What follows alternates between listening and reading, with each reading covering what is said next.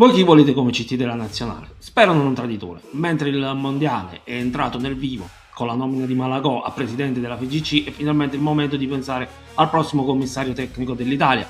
Diciamoci la verità, la rosa da sfogliare ha pochi petali, ma c'è un nome in particolare che non voglio vedere sulla panchina dell'Italia. Chiamare lui significherebbe partire nel modo peggiore. Poi vi dirò anche che chi preferisco come tecnico, ma cominciamo da chi non voglio e perché.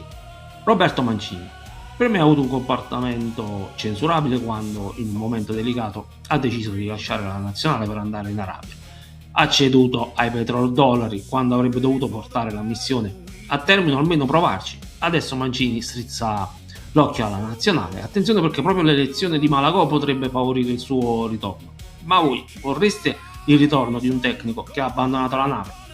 Io no, anche se è giusto dire che è stato l'ultimo tecnico vincente.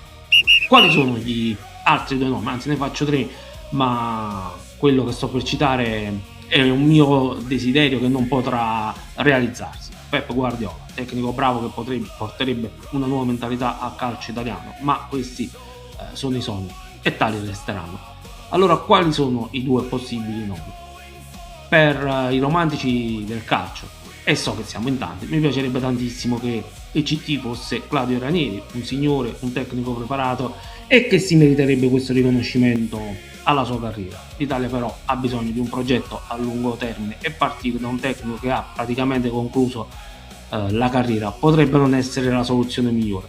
Allora resta un nome solo, quello che si gioca la panchina con Mancini, ma che probabilmente richiederebbe un investimento che va oltre le possibilità attuali della nazionale. Antonio Conte.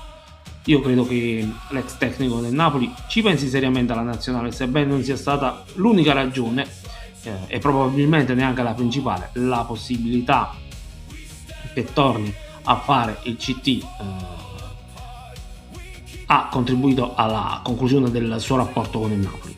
Se escludiamo Guardiola, che ripeto è una soluzione impraticabile, a mio avviso la panchina dell'Italia andrebbe affidata ad Antonio Conte, poi alla fine Malago sceglierà Roberto Mancini, ma per quello che vale è una soluzione che non mi trovo d'accordo in virtù del suo abbandono all'Italia quando c'era ancora bisogno di lui.